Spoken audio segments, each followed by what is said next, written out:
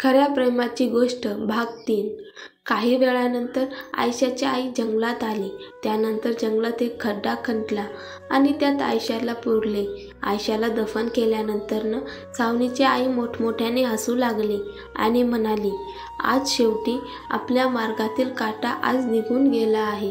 असे म्हणत सावनीच्या आईने सावनीला मिठी मारली. मग ताबडतोब तिघेही गाडीत बसून तेथून निघून गेले. मंगेशची गाडी तिथून निघताच एक कार तिथेच थांबली आणि मागच्या सीटवर बसलेला एक मुलगा पटकन बाहेर आला. त्या मुलाचे नाव वेदांत होते. वेदांत पटकन पळत जेथे आयशाच्या शरीराला पुरण्यात आले तिथे त्याने वेड्यासारखी माती खोदण्यास सुरुवात केली. हे पाहून वेदांतचा असिस्टंट, त्याचं नाव जय असते, जय म्हणाला, बॉस, मॅडम आता नाही राहिल्यात. वेदांत जयला म्हणतो, काय म्हणालास? ती कधीच मला सोडून जाऊ शकत नाही. माझ्या परमिशनशिवाय ती मरूच शकत नाही. मी तिला काही होऊ देणार नाही.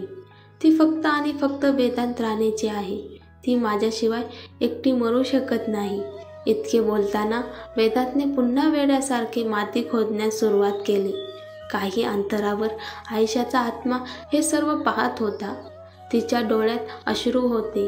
त्या मुलाकडे पाहत ती म्हणाली, हा मुलगा कोण आहे आणि अशा प्रकारे तो माझ्यावर का रागवला आहे?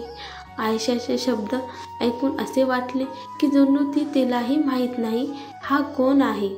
काही काळानंतर संपूर्ण खड्डा वेदांतने खोदून त्याने आयशाचा मृतदेह बाहेर काढला आणि आयशाचे डोके मांडीवर ठेवले. मग आयशाला मिठी मारली. त्याच्या हाताने आयशाच्या ओठाची काळजी घेतली आणि खाली वाकला आणि तिला किस करू लागला. आयशाचा आत्मा हे सर्व उभे राहून पाहत होता. तिला पूर्णपणे धक्का बसला. इतका वेडेपणा पाहून तिला आश्चर्य वाटले. अचानक वेदांतने मोठ्या आवाजात जयला पाहत म्हणाला, मी आज तिघांनाही जिवंत ठेवणार नाही. मला आत्ताच्या आत्ता आयशाच्या घरी घेऊन चल. जयने होकार दिला आणि काही माणसांना बोलावले. वेदांत आयशाला घेऊन कारमध्ये बसतो. थोड्याच वेळात वेदांत आयशाच्या घरी पोहोचतात. तेथे आधीच वेदांतच्या माणसांनी मंगेश आणि सावनीच्या आईला आणि सावनीला पकडून ठेवले होते. वेदांत आयशाला कुशीत उचलून घरात आणतो आणि सोफ्यावर बसवतो. वेदांतची माणसे त्या तिघांना वेदांतच्या समोर फेकतात. वेदांतला बघून तिघे भीतीने थरथर कापू लागले. मंगेश थरथरत म्हणाला, please mister Vedant Rane, please मला माफ करा. माझ्याकडून खूप मोठी चूक झाली. वेदांतने आपल्या हातातली बंदूक मोठ्या स्टाईलने फिरवत राणे यांच्या शब्दकोशात माफी या शब्दाला स्थान नाही असे सांगितले. असे बोलून त्याने लगेच बंदूक मंगेशकडे दाखवली आणि ट्रिगर दाबला. त्यामुळे गोळी थेट मंगेशच्या डोक्यातून गेली. हे पाहून सावनी आणि सावनीची आई खूप थरथरू लागली. सावनीने थरथर कापत वेदांतसमोर हात जोडले आणि म्हणाली, प्लीज आम्हाला मारू नकोस. आम्हाला सोडून दे. आम्ही काहीही केलेलं नाही. मंगेशने हे सर्व केले. यात आमची चूक नाही. सावनी हे बोलत असतानाच बंदुकीचा जोरदार आवाज आला आणि गोळी सावनीच्या आईच्या डोक्यातून गेली. काही सेकंदात सावनीची आईही त्याच जागी मृतावस्थेत पडून होती. सावनी हे पाहून खूप घाबरली.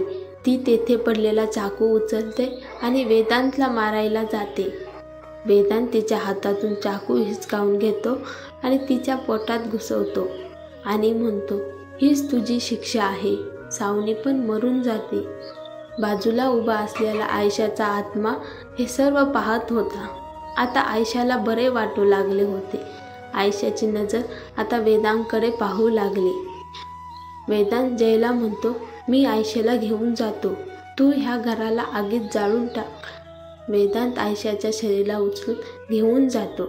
वेदांत आयशाला मागच्या सीटवर बसवतो आणि तोही गाडीत बसतो आणि कार खूप फास्ट स्पीडमध्ये घेतो आणि म्हणतो, आयशा, मी तुझ्याशिवाय जगण्याचा विचारही करू शकत नाही.